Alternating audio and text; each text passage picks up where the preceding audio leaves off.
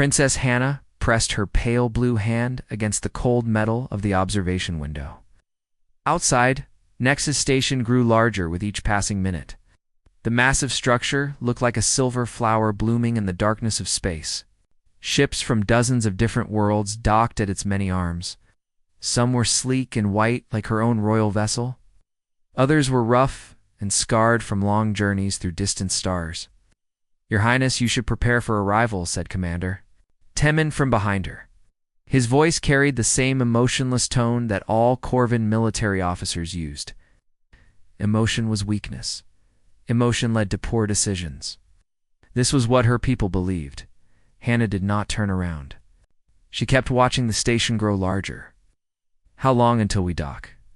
2 hours, Your Highness." The engagement ceremony preparations are already underway. Prince Deho's ship arrived yesterday. The name made Hannah's chest feel tight. Prince Deho. Of the Telex Federation, her future husband, a man she had never met but would spend the rest of her life with. Their marriage would end the Cold War between their two peoples. It would bring peace to billions of citizens across hundreds of worlds. It would also end any chance Hannah had of choosing her own path. "Very well," she said quietly. "I will be ready." Commander Temin bowed and left her alone. Hannah heard his footsteps fade down the corridor. She was never truly alone. There were always guards nearby, always servants waiting to serve her, always advisors ready to tell her what to think and say. The princess wore a simple white dress today. Tomorrow, she would wear the ceremonial robes of her people. Heavy blue fabric covered in silver threads. A crown that would mark her as a bride. Jewelry that had been worn by royal women for 1,000 years. She would look beautiful and perfect. And completely trapped. Hannah had been preparing for this moment since she was 5 years old. Lessons in diplomacy. Training in proper behavior. Classes on telex, culture, and language. Every day of her 23 years had led to this marriage. Her tutors told her she was lucky. Not every princess got to bring peace to the galaxy. But as she watched Nexus Station fill her view, Hannah felt anything but lucky. The station was neutral territory. No single species controlled it. Representatives from every major government had offices there. Traders came to sell goods from across the known worlds. Diplomats made deals that shaped the fate of entire star systems. And somewhere in that maze of metal corridors, her future waited. "The Telex delegation has requested a private meeting before the ceremony," said another voice. Hannah turned to see Minister Kyongsu approaching. He was her father's oldest advisor. A thin man with gray hair and tired eyes. "What do they want to discuss?" Hannah asked. "Final details of the treaty. Trade agreements. Military cooperation plans." Kyongsu paused. "They also want to ensure you understand your duties as a royal wife." Hannah's hands clenched into fists at her sides. More lessons, more rules, more ways to control her life. "I understand my duties, Minister." "Of course, Your Highness." "But the Telex have different customs. Prince Deho expects his wife to be seen, but not heard during official functions. You will need to adjust your behavior accordingly." The tightness in Hannah's chest grew worse. Among her own people, she was already expected to stay quiet and obedient. Now she would have even less freedom. What else do they expect? A complete loyalty to Prince Deho and the Telex Federation. You will be expected to produce heirs within 2 years. Your children will be raised in Telex traditions, not Corvin ones. Kunsu spoke as if he were reading from a shopping list. These were just facts to him, not the destruction of everything that made Hannah who she was. "And if I refuse..." The words came out before Hannah could stop them. Kungsu's eyes widened slightly. It was the most emotion she had ever seen from him. "Your Highness, you cannot refuse. The peace treaty depends on this marriage. Without it, both our peoples will return to war. Millions will die." Hannah knew this. She had known it her entire life. The weight of those millions of lives pressed down on her shoulders like a physical thing. How could she choose her own happiness over so many deaths? How could she be so selfish? But knowing something and accepting it were different things. "I need some air," Hannah said. Your Highness, we are in space. There is no air outside the ship. I meant I need to walk. To think. Kung Su frowned. Perhaps you should rest instead. Tomorrow will be a long day. I will rest later. For now, I want to walk. The minister looked like he wanted to argue. Hannah was still a princess, still technically in command of her own actions, until she married Prince Deho. Very well, but please stay within the royal quarters and take your guards. Hannah nodded and left the observation deck. The royal quarters took up an entire section of the ship. Rooms with soft carpets and expensive furniture, art from across the Corvin Empire. Everything she could possibly need or want, except freedom. She walked past her bedroom with its massive bed covered in silk sheets. Past the dining room, where she ate alone most nights. Past the library filled with books about duty and sacrifice and proper behavior for royal women. Every step reminded her of what her life had been and what it would continue to be. The guards followed at a respectful distance. They wore the blue and silver uniforms of the royal guard. Each one had sworn to protect her with their lives. They were good men who believed they were serving a noble cause. They did not understand that sometimes the person who needed protection was the one they were protecting her from becoming. Hannah stopped at another window. Nexus Station filled the entire view now. She could see tiny figures moving through transparent corridors. Ships coming and going. People living their lives and making their own choices. Somewhere in that station, people were falling in love because they wanted to, having children because they chose to, building lives based on their own dreams instead of ancient treaties, and political necessities. For just a moment, Hannah let herself imagine what that would feel like, to wake up each morning and decide what to do with her day, to choose who to spend time with, to marry someone because she cared about them, not because peace treaties demanded it. The dream felt impossible and wonderful and painful all at once. Your Highness, called Commander Taman, we are preparing to dock. Please return to your quarters. Hannah took one last look at the station. Tomorrow, she would become Princess Hannah of the Telex Federation, or smile and say the right words, and sign the treaties that would change the galaxy. But tonight, she was still just Hannah. And maybe, just maybe, that was enough for now. Nexus Station was even bigger than Hannah had imagined. The docking bay stretched out like a metal city. Ships from dozens of worlds sat in organized rows. The air smelled of fuel and oil, and something else she could not name. Freedom, maybe? Stay. Close, Your Highness, said Captain Dong-Yoon, as they walked down the ramp from her ship. 6 guards surrounded her in a protective circle. Their boots clicked against the metal floor in perfect rhythm. Everyone they passed stopped and stared. Some bowed. Others simply watched with curious eyes. Hannah wore a simple blue dress and a scarf that covered most of her face. It was meant to protect her identity, but it felt more like another prison. Through the thin fabric, she could see the busy life of the station. Workers loading cargo. Families greeting returning travelers. Children running between the adults. While their parents tried to catch them, Telex delegation is waiting in conference room 7, Captain Dong-Yoon said. Wait. Minister Kung Su has prepared your briefing materials. More meetings. More discussions about her future that did not include her opinions. Hannah nodded but said nothing. What was there to say? They walked through the main corridors of the station. Everything was clean and organized. Signs in 20 different languages pointed toward various sections. Government offices, trading centers, diplomatic quarters. The areas where important people made important decisions. But as they walked, Hannah noticed smaller signs pointing in. Other directions, civilian quarters, cultural centers, recreation areas, places where normal people lived their normal lives. Captain, she said suddenly, I would like to see more of the station. Your Highness, we have scheduled meetings. The prince is expecting you. The prince can wait 1 hour. I want to understand this place before I begin negotiations. Captain Dong-Yoon looked uncomfortable. Perhaps after the meeting's end. No. Now, it was the first direct order Hannah had given in months.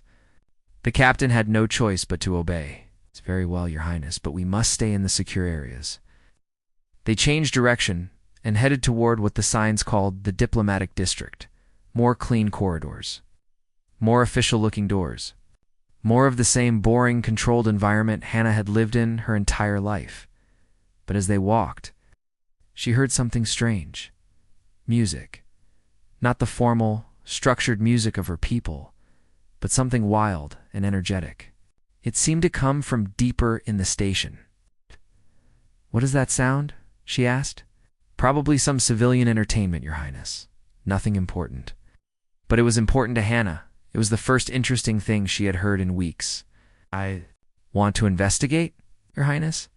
That would mean leaving the secure areas? Then we leave the secure areas." Captain Dong-Yoon looked like he wanted to argue. But again, she was still a princess, still technically in command. "Very well. We stay together, and we do not remove your disguise." They followed the sound through smaller corridors. The walls here were covered with colorful paintings and signs in languages Hannah had never seen. The air smelled different too. Spices and cooking food and something sweet. The music grew louder. With it came voices, laughter. The kind of genuine, happy noise that Hannah had never heard in royal circles. They turned a corner and found themselves in a large open area.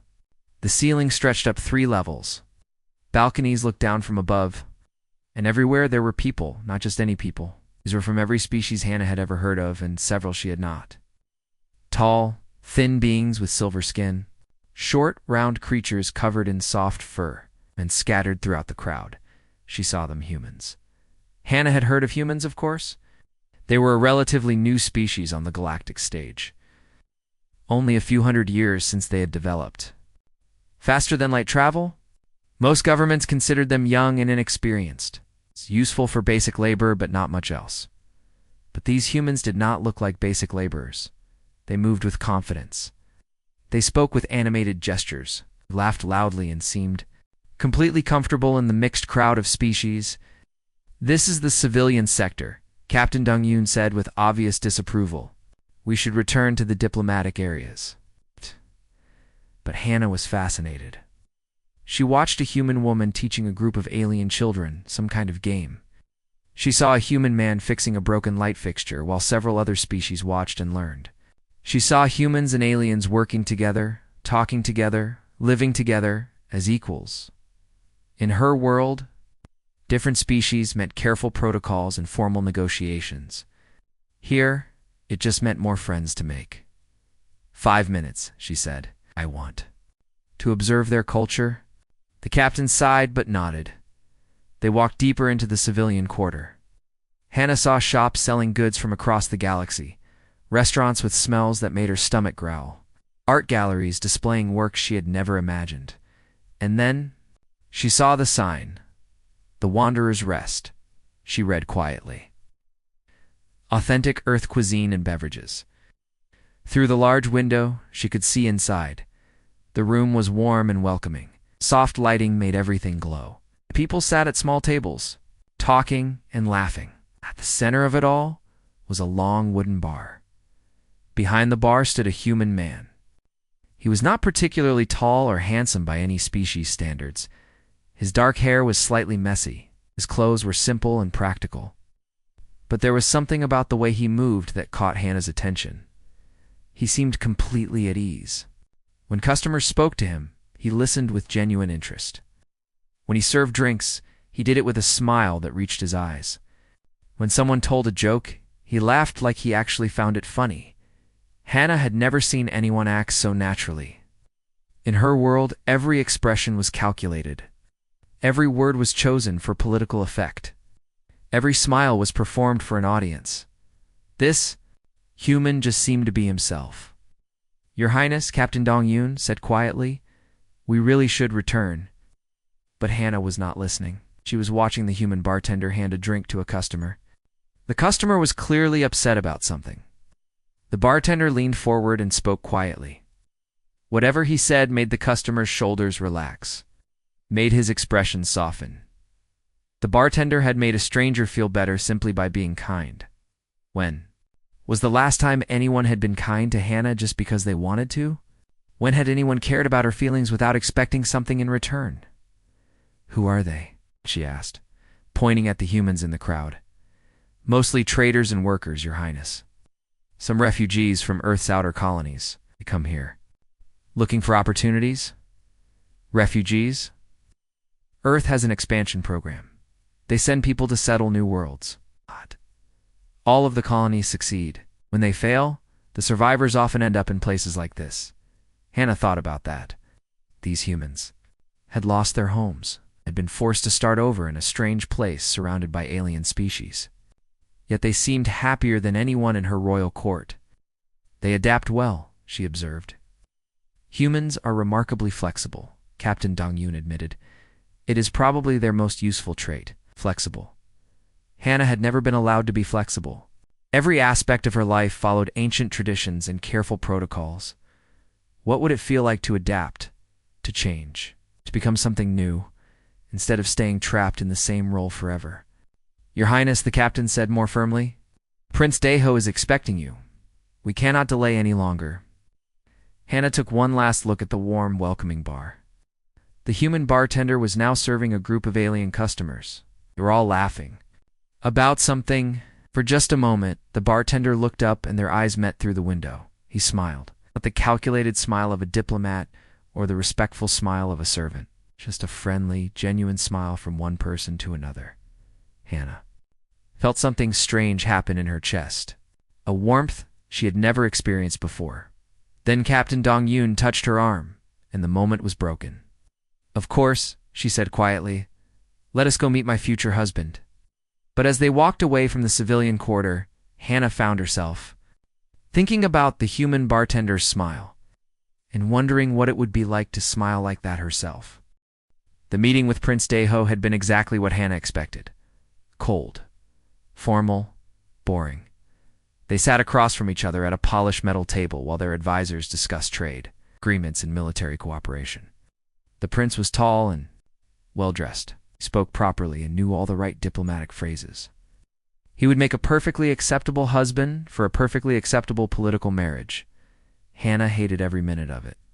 "The ceremony will begin at noon tomorrow," Prince Daeho had said in his emotionless voice. "I trust you have prepared your vows according to Telex tradition." "Of course, Your Highness," Hannah had replied with equal coldness. They might as well have been discussing the weather.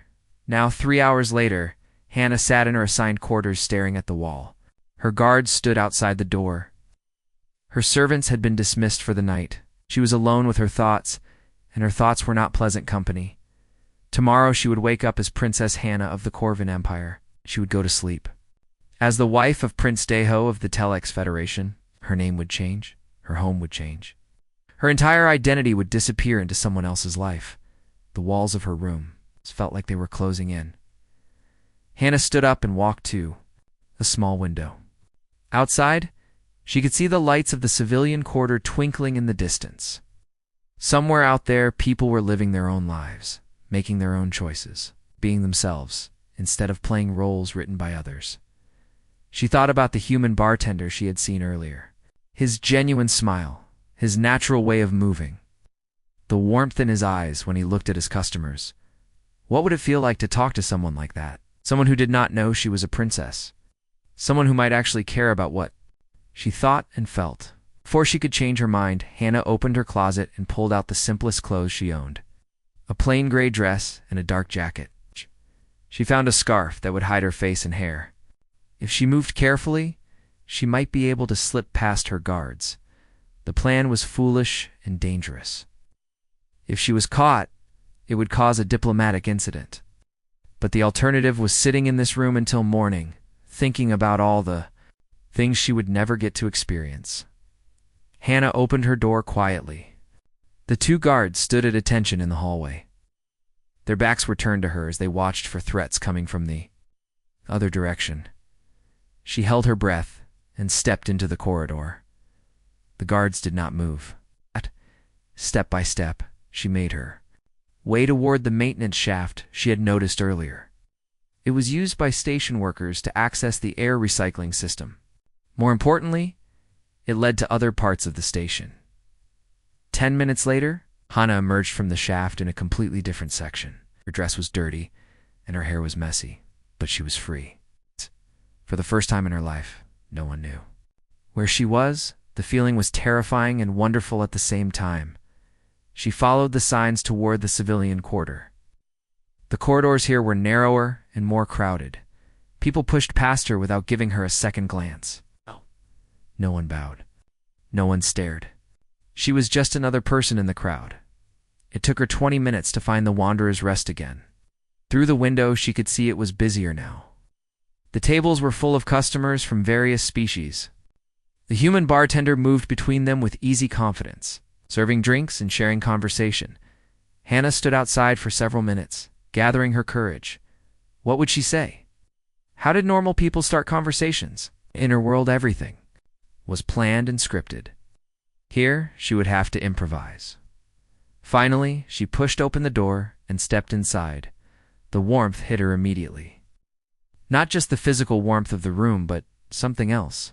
The atmosphere was friendly and welcoming. Conversations buzzed at every table. Someone was playing soft music in the corner. The air smelled of spices and something sweet. Hana made her way to the bar and sat on an empty stool. The wooden surface was worn smooth by countless customers. Her hands shook slightly as she placed them on the bar. "What can I get you?" asked a voice. Hana looked up and found herself face to face with the human bartender. Up close, she could see that his eyes were brown and kind. There was a small scar on his chin and laugh lines around his eyes. He looked tired, but genuinely happy to see her. Hana realized she had no idea what to order. Royal dinners did not include alcohol. "What do you recommend?" The bartender studied her face. Not in the calculating way of a politician, but with real curiosity. "You look like you've had a rough day. Something to take the edge off?" Hana nodded, not trusting her voice. "I'm Jin-ho," the bartender said as he turned to the bottles behind. "The bar, I haven't seen you around here before. I'm visiting," Hana managed. "Business or pleasure?" "Business." "Definitely business." Jin-ho chuckled as he selected a clear bottle from the top shelf. "Those are usually the visits that need the most help." He poured a small amount of liquid into a glass and placed it in front of her. "This is tequila, from Earth. Fair warning, it's stronger than most species expect."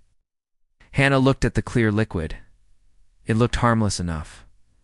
"What does it do?" "Helps you forget your problems for a while, or sometimes helps you see them more clearly. Depends on the person." Jin-ho leaned against the bar. "What kind of business brings you to Nexus Station?" "The kind I don't want to talk about," Hana said honestly. "Fair enough.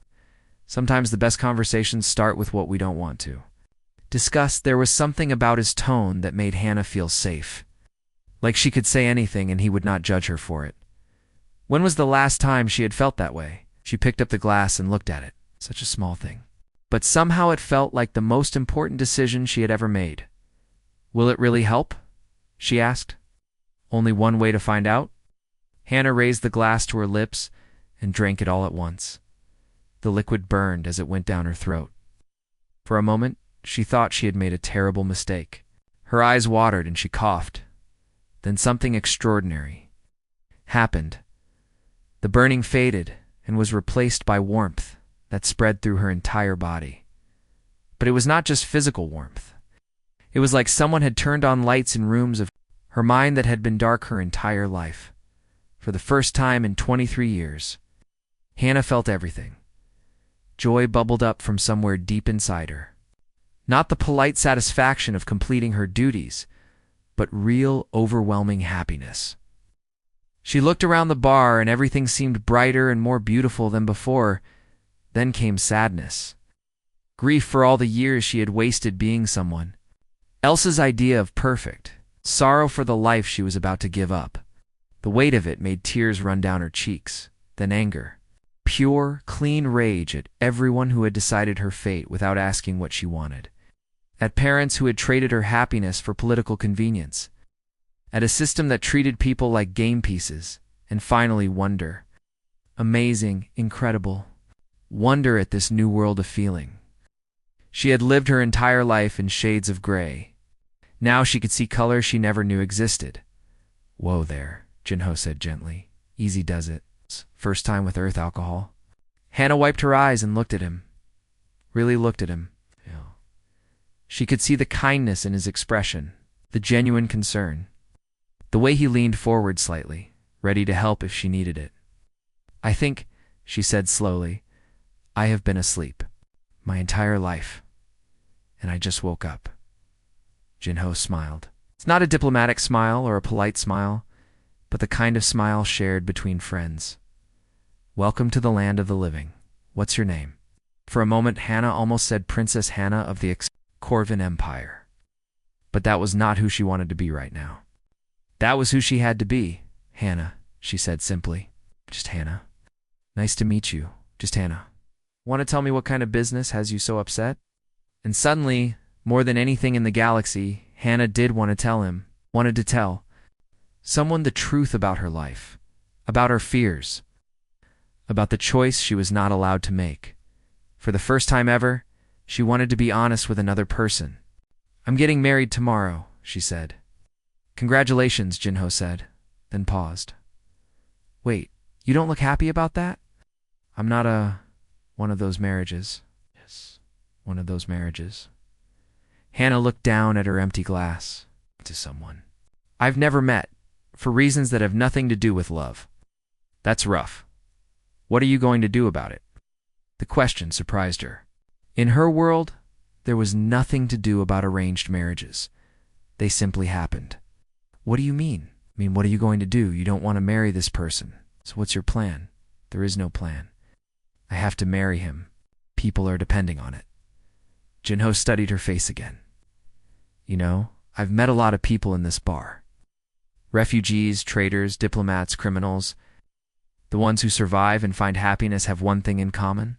What's that? They make their own choices, even when those choices are hard, even other people don't like it. He picked up her empty glass. Another. Hannah nodded. She wanted to feel more of these new emotions, wanted to explore this strange new version of herself. As Jinho poured, he continued talking. Where I come from, we have a saying. Life is what happens when you're busy making other people's plans. Sounds like you've been making other people's plans for a long time. My whole life, Hannah admitted.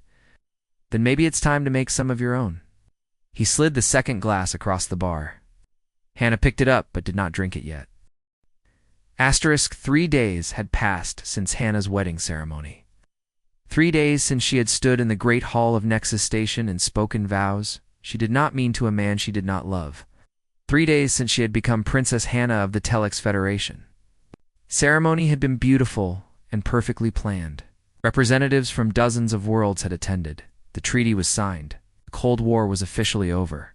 Everyone said it was a great success. Hannah felt like she was dying inside. Now she sat in her new quarters, aboard Prince Daeho's ship, staring at the walls that would be her prison for the rest of her life. Her husband had been polite but distant. He spent his days in meetings with his advisors. He spoke to her only when protocol required it.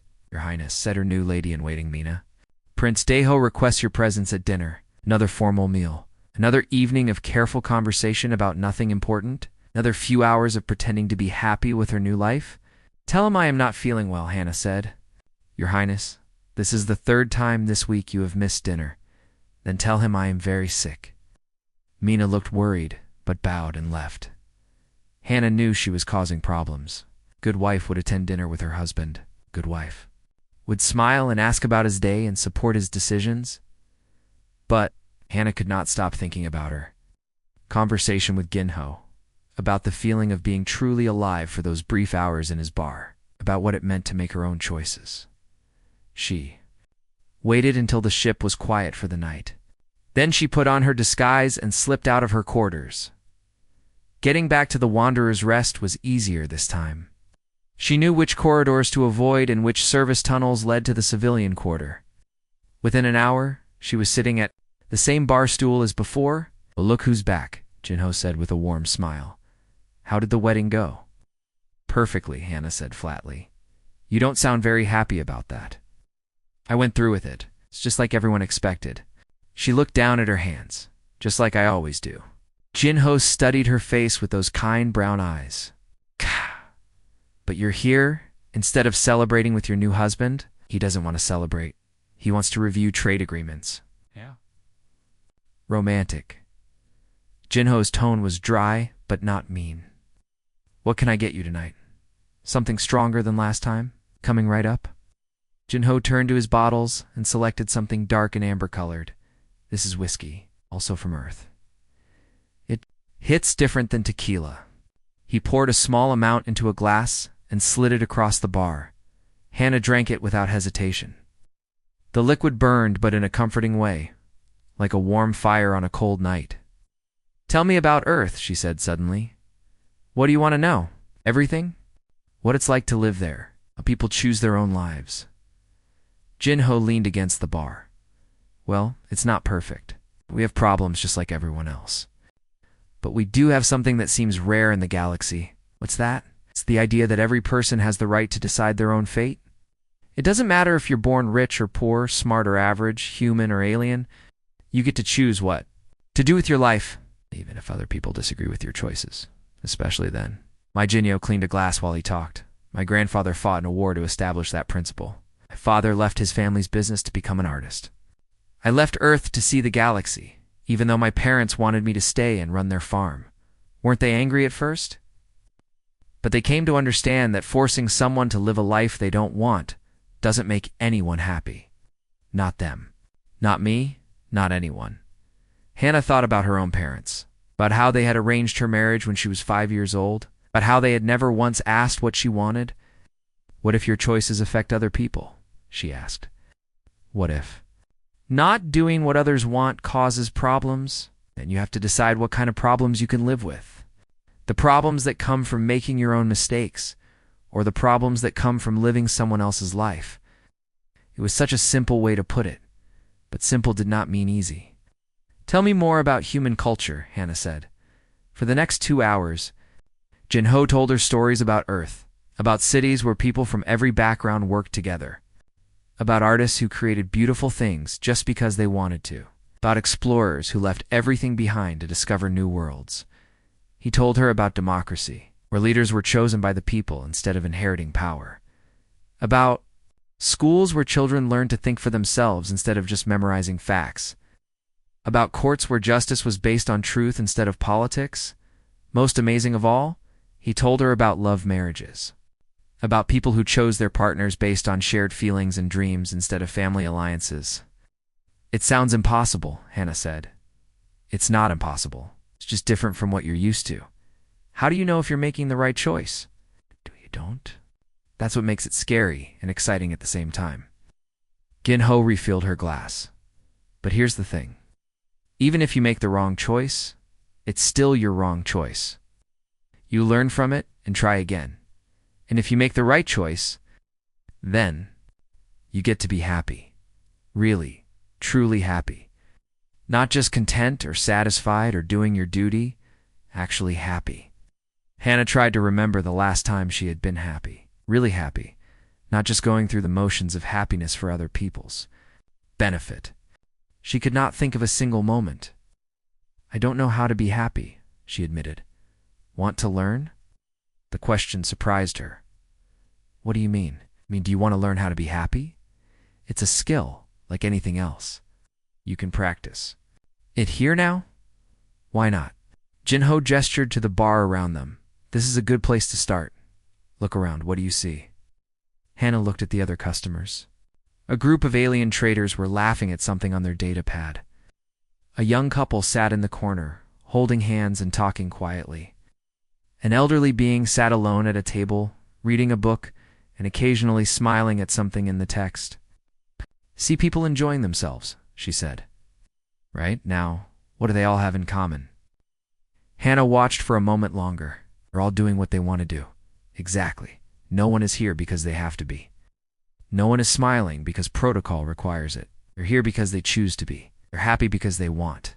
To be, it seems so simple when you explain it. It's the best truths usually are simple. It's people who make them complicated. Jinho reached under the bar and pulled out a small device. It looked like a music player, but more advanced than any Hannah had seen. What's that? Something I've been working on in my spare time? I used to be an engineer before I became a bartender. He set the device on the bar between them. Want to? See? What does it do? It fixes things. Specifically, it fixes broken machines. But the principle is the same for fixing broken lives. Ginho opened a panel on the device and showed her the inside. Tiny wires and circuits were arranged in precise patterns. Some were damaged or disconnected. See this? He pointed to a loose wire. This machine doesn't work because this connection is broken. To fix it, I have to identify the problem, understand why it happened, and then take action to repair it. That makes sense? Your life is like this machine. It's not working the way you want because some of the connections are broken. The connection between what you want and what you do. The connection between who you are and who you're allowed to be. Ginho handed her a small tool. Want to help me fix it? Hannah took the tool carefully. It was heavier than it looked and warm. From Jinho's touch, I don't know anything about machines. You know more than you think, and I'll teach you the rest. For the next hour, Ginho taught Hannah how to identify problems, trace circuits, and make repairs. Her hands shook at first. She was afraid of breaking something. But Ginho was patient and encouraging. Don't worry about making mistakes, he said, when she hesitated over a delicate connection. Mistakes are how we learn. The only real failure is not trying. Slowly, carefully, Hannah began to understand how the machine worked. More importantly, she began to understand how it felt to solve problems with her own hands. To see something broken and make it whole again, when they finally activated the device, it hummed to life with a soft blue glow. Did that, Hannah said. With wonder, you did that, Ginho confirmed. How does it feel? Like ... double quotes. Hannah searched for the right words. It's like, I accomplished something real, something that matters. That's because you did. You took something that was broken and made it work again. Ginho looked at her seriously. The same principle applies to everything else in life, even to people, especially to people. Hannah stared at the glowing device in her hands. A small thing, but it represented something huge. The idea that she could identify problems and fix them, that she could take action instead of just accepting what others told her was inevitable. Ginho, she said quietly, will you teach me more? About machines? About everything. About how to think for myself. About how to make my own choices. About how to be human, Ginho smiled. It was the same warm, genuine smile that had first caught her attention days ago. But now she understood what it meant. It was the smile of someone who was truly free. I'd be honored to, he said. For the first time since her wedding, Hannah felt something like hope. 2 weeks had passed since Hannah started visiting. The Wanderer's Rest, 2 weeks of secret lessons about human culture and philosophy. 2 weeks of learning to think for herself and question everything she had been taught. And 2 weeks of falling. In love, not just with Ginho, though her feelings for him grew stronger every day. She was falling in love with the idea of freedom itself, with the possibility of choosing her own path, with the dream of a life where she could be herself instead of playing a role. But tonight felt different, dangerous. As Hannah made her way through the service tunnels toward the civilian quarter, she could not shake the feeling that someone was watching her. She emerged from the tunnels and hurried through the corridors. The familiar warmth and noise of the Wanderer's Rest greeted her as she pushed open the door. Ginho looked up from behind the bar and smiled. You look worried, he said as she sat down. Everything okay? Yeah, I think my guards are getting suspicious. They've been asking questions about where I go at night. What did you tell them? That I walk the ship's corridors when I cannot sleep. But I don't think they believe me anymore. Ginho poured her usual whiskey and slid it across the bar. Maybe it's time to stop sneaking around. What do you mean? Maybe it's time to tell people the truth about what you want. Hannah almost laughed. I can't do that. Do you know what would happen if I told Prince Deho I was unhappy? If I told him I wanted to leave, what would happen? He would lock me in my quarters, or send me back to my parents, or... She paused, not wanting to think about the worst possibilities. Or he might declare the marriage invalid. The treaty would be broken. The war would start again. Would it really? The question surprised her. Of course it would. The peace depends on our marriage, does it? Or does the peace depend on people choosing not to fight? Hannah stared at him. What are you saying? I'm saying maybe the real problem isn't your marriage? Maybe the real problem is that both governments are using the threat of war to control? They're people. That's impossible. The war was real. People died. I'm not saying the war wasn't real. I'm saying maybe it doesn't have to continue. Jinho leaned against the bar. What if there was another way to keep the peace? A way that didn't require you to sacrifice your happiness. Like what? Like exposing the truth about why the war really started. And why certain people want it to continue. Hannah felt a chill run down her spine. What truth? Jinho looked around the bar, then leaned closer and lowered his voice. Over the past 2 weeks I've been doing some research. Asking questions. You know what I found? Tell me. The war between your people and the Telex didn't start because of territorial disputes or resource conflicts. It started because a group of military contractors and weapons dealers on both sides were making huge profits from the conflict. That's a serious accusation. It's more than an accusation. I have proof. Jinho reached under the bar and pulled out a data pad. The screen showed financial records, communication logs, and shipping manifests. These documents show payments from Corvin military leaders to weapons manufacturers, and payments from Telex generals to the same companies. Both sides have been buying weapons from the same suppliers for decades. Hannah studied the data pad with growing horror.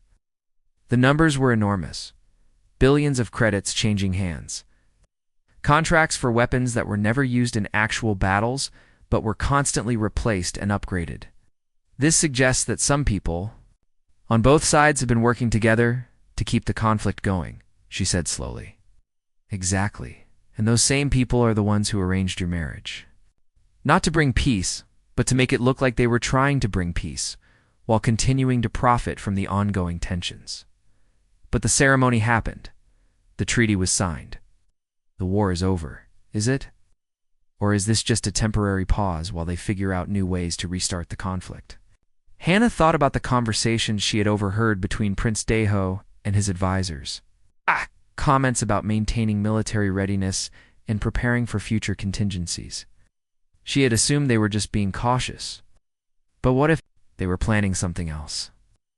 Even if this is true, she said, what can we do about it? I'm just one person. And you're a bartender. I'm a bartender who used to be a military engineer.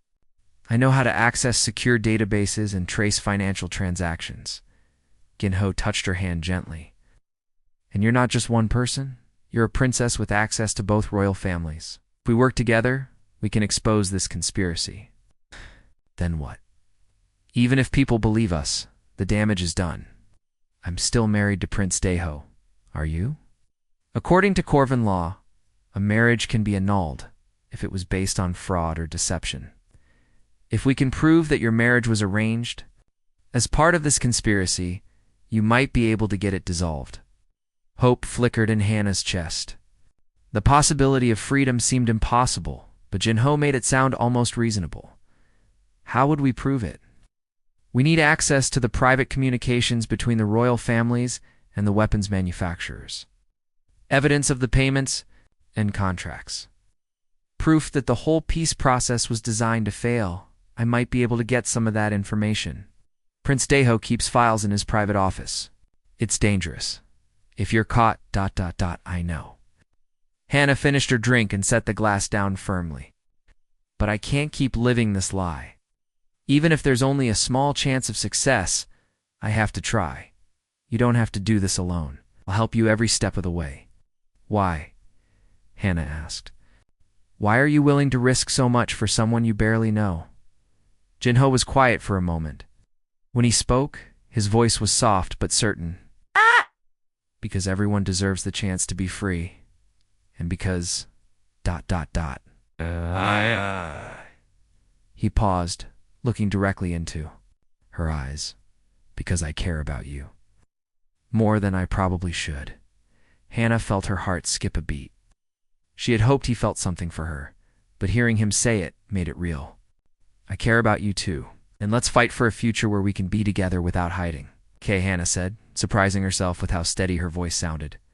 Tell me what we need to do. For the next hour, they planned their investigation. Ginho would use his technical skills to trace the financial connections and gather evidence from public records. Hannah would search Prince Deho's private files for correspondence with the weapons manufacturers. We'll need to be careful, Ginho warned. These people have a lot to lose if the truth comes out. They won't hesitate to silence us if they discover what we're doing. I understand. Are you sure about this? Once we start, there's no going back. Hannah thought about her life before meeting Ginho. The endless days of following orders and playing her assigned role. The complete absence of choice or genuine happiness. The prospect of spending the next 50 years pretending to be someone she was not. Then she thought about the alternative. The possibility of freedom, of love, of a life where she could make her own decisions and be proud of the person she chose. To become, I'm sure, she said. They were about to leave the bar when the door burst open. Captain Dong-Yoon stormed in, followed by 6 guards in full armor. Their weapons were drawn, and their faces were grim. Princess Hannah, the captain called. Out. You will come with us immediately. Hannah's blood turned to ice. Around the bar, customers looked up in alarm. Some recognized her now that her identity had been revealed. Others simply saw armed soldiers threatening a woman in a civilian establishment. I don't think so, said Ginho, stepping protectively. In front of Hannah? You are under arrest for kidnapping a member of the royal family? Captain Dong-Yoon announced. I wasn't kidnapped. I came here by choice. The princess is not capable of making such choices. She has been drugged or coerced. The only thing I've been drugged with is the truth, Hannah said, finding her voice. For the first time in my life, someone has treated me like a person instead of a political tool. Your Highness, you will return to your quarters immediately. Prince Deho is very concerned about your behavior. I'll bet he is, Hannah muttered. Captain Dong-Yoon gestured to his guards. They moved forward, surrounding Hannah and Ginho. The other customers in the bar began to stand up, sensing trouble. You have no authority in the civilian quarter, Ginho said calmly. We have authority wherever the princess goes, Captain Dong-Yoon replied. She is coming with us now. No, Hannah said firmly. I am not, Your Highness. You are not thinking clearly. This human has obviously influenced your judgment. He has helped me think more clearly than I ever have before. That will be decided. By Prince Deho and the royal physicians. Guards, take her. The soldier stepped forward. Ashino tensed, ready to fight despite being outnumbered. Around the bar, other humans began to move closer, ready to defend one of their own. Hannah realized that in moments, people would be hurt because of her choices. Blood would be spilled in this peaceful place that had given her so much happiness. She could not let that happen. Wait, she said, raising her hands. I'll come with you. But I want to make something clear to everyone here. She looked around the bar at all the faces watching her. Humans and aliens who had welcomed her as an equal. People who had shown her what it meant to live freely. My name is Princess Hannah of the Corvan Empire, wife of Prince Deho of the Telex Federation. For the past 2 weeks, I have been coming here to learn what it means to be free, choose my own path, to be treated as a person instead of a political symbol. Her voice grew stronger as she continued. I am being taken away now because I dared to question the life that others chose for me. Because I fell in love with someone who sees me as an individual, not as a tool for making treaties. She looked directly at Ginho. But this is not over. The truth will come out. Someday everyone will have the right to choose their own happiness. Captain Dong-Yoon nodded to his guards. They closed in around Hannah, separating her from Ginho. They'll find you, Ginho called out as they led her toward the door. I promise. I know you will, Hannah replied. As they dragged her away from the Wanderers, away from the first place she had ever felt truly alive, Hannah held on to that promise. And she began planning how to keep fighting for her freedom, even from inside a cage. Hannah had been locked in her quarters for 3 days. 3 days of staring at the walls while Prince Deho and his advisors decided her fate. 3 days of wondering if she would ever see Ginho again. 3 days of planning her next move. They had taken away her communication devices and posted guards outside her door. But they had not searched her room carefully enough. Hidden inside an old jewelry box was a small data storage device that Ginho had given her weeks ago. It contained all the evidence they had gathered about the conspiracy, Now she just needed a way to use it. The door to her quarters opened and Prince Deho entered. He looked tired and angry. Behind him came Minister Kung Su and several telex officials she did not recognize. "Hannah," the prince said formally, "we need to talk." "About what?" "About your recent behavior, about the damage you have caused to our family's reputation, about what happens next." Prince Deho sat down across from her. His expression was cold and calculating. "The physicians have examined you. They found traces of human alcohol in your system. Clearly, you were not thinking rationally when you made those statements in the civilian quarter." "I was thinking more rationally than I ever have before. That is impossible. Human alcohol affects our brain chemistry, makes us emotional and irrational. You were obviously under its influence when you claimed to have feelings for that bartender. Those feelings are real, more real than anything I have ever experienced." Prince Deho's jaw tightened. "That is exactly what I mean. Such emotions are dangerous and destructive. They cloud judgment and lead to poor decisions. Or maybe they lead to better decisions. Maybe feeling something real is better than feeling nothing at all. Enough." Prince Deho stood up and began pacing. "Here is what will happen. You will make a public statement apologizing for your behavior. You will claim that you were temporarily affected by human substances and were not responsible for your actions, and we will leave Nexus Station and return to Telex space. And if I refuse, then we will have no choice but to declare the marriage invalid due to your mental instability.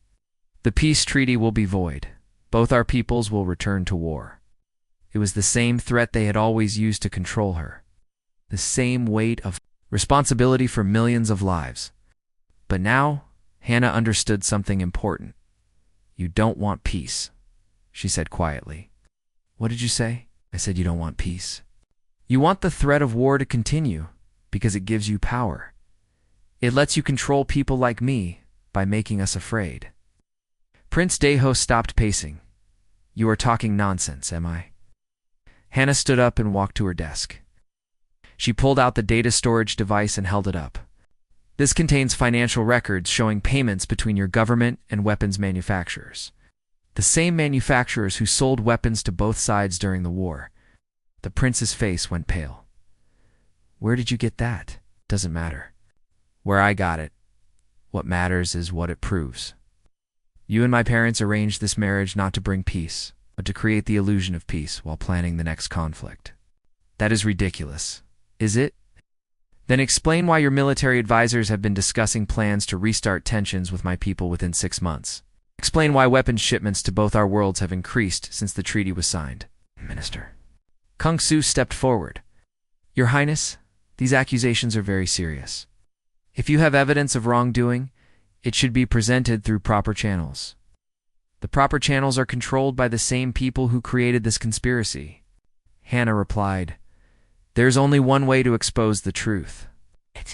"What are you planning?" Deho demanded. "Something very human," Hannah said with a smile. "I'm going to tell everyone what really happened." Before anyone could stop her, Hannah activated the room's communication system. It was designed to contact ship services, but Jinho had taught her how to modify such systems. With a few quick adjustments, she connected to the station's public broadcasting network. "Attention citizens of Nexus Station," her voice echoed through the corridors. "This is Princess Hannah of the Corvan Empire. I have important information about the recent peace treaty between my people and the Telex Federation." Prince Deho lunged toward the communication panel, but Hannah was ready for him. Using the self-defense techniques Jinho had taught her, she blocked his movement and continued speaking. The treaty was not designed to bring lasting peace. It was created by weapons manufacturers and corrupt officials who profit from ongoing conflict between our peoples. "Turn that off!" Prince Deho shouted to his guards. But the guards hesitated. They were hearing the same broadcast as everyone else, and what they heard was making them think. "The evidence is contained in this data. Storage device," Hannah continued, holding it up to the camera. "Financial records, communication logs, and shipping manifests that prove both governments have been working with the same weapons dealers for decades." Through the ship's windows, Hannah could see other vessels in the docking bay. On many of them, she could see people gathering around viewing screens, listening to her words. "I was forced into marriage to make this conspiracy look legitimate. but I refuse to be part of this deception any longer. I choose freedom over duty. I choose truth over politics. I choose love over fear. Guards, arrest her, Prince Deho commanded. But the guards did not move. They were looking at each other, uncertainly. Everything they had believed about their noble mission was being called into question. "Your Highness," one of them said slowly, "if what she says is true, ... it is not true." "Then you won't mind if we examine this evidence," said a new voice from the doorway. Everyone turned to see Jinho standing there, flanked by a group of humans and aliens from the civilian quarter. Behind them came station security officers who had clearly heard the broadcast. "How did you get past my guards?" Prince Deho demanded. "Your guards let us pass," Ginho replied calmly. "Turns out they're as interested in the truth as everyone else." Station Security Chief Hanbin stepped forward. He was a grizzled veteran who had served on Nexus Station for 20 years. "Your Highness, we need to examine that evidence device. If it contains proof of conspiracy to incite war, that's a crime under station law." "This is an internal matter between sovereign governments," Minister Kung Su protested. "Not when it threatens the peace and security of neutral space," Chief Hanbin replied. "Princess Hannah, will you voluntarily surrender the evidence?" "Gladly," Hannah said, handing over the device, as Chief Hanbin connected the device to his scanner. The room fell silent. Data scrolled across the screen, showing financial transactions, coded communications, and shipping records. The evidence was overwhelming and undeniable. "This changes everything," Chief Hanbin said quietly. Within hours, the story spread throughout Nexus Station and beyond. News reporters arrived to interview Hannah and examine the evidence. Representatives from both the Corvan Empire and Telex Federation demanded explanations from their governments. Most importantly, ordinary citizens on both sides began asking questions. Why had their leaders been spending so much money on weapons, while claiming to want peace? Why had young people like themselves been prepared for a war that benefited only a few wealthy individuals? Prince Deho tried to maintain his authority, but his own guards began to question their orders. When he demanded that Hannah be returned to Telex space, they refused. "With respect, Your Highness," Captain Dongyun said, "we swore an oath to protect the people, not to serve corrupt politicians." 3 days later, Hannah stood in the main assembly hall of Nexus Station. Representatives from dozens of worlds had gathered to hear her testimony. The evidence had been verified by independent investigators. The conspiracy was real and far-reaching. "Human concept of individual freedom saved my life," she told the assembly. "But more than that, it saved our civilization from returning to an unnecessary war." In the audience, she could see Jinho watching with pride. Beside him sat other humans who had supported their investigation. Their belief in justice and individual rights had inspired beings from across the galaxy. "I hereby renounce my titles and my marriage," Hannah announced. "I choose to live as a free citizen, not as a political symbol." The assembly erupted in discussion. Some representatives protested that she could not simply abandon her responsibilities.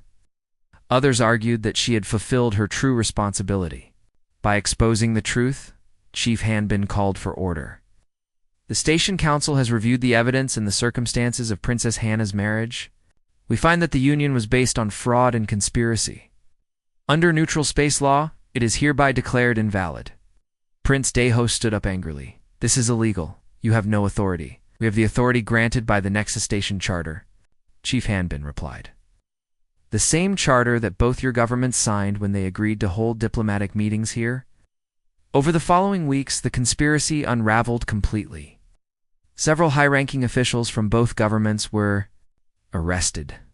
The weapons manufacturers lost their contracts and faced criminal charges. Most importantly, the people of both empires demanded new leadership based on transparency and accountability. 6 months later, Hannah stood behind the bar at the New Wanderers Rest, a larger establishment in the expanding human quarter of Nexus Station. She was no longer a princess, but she had never been happier. The set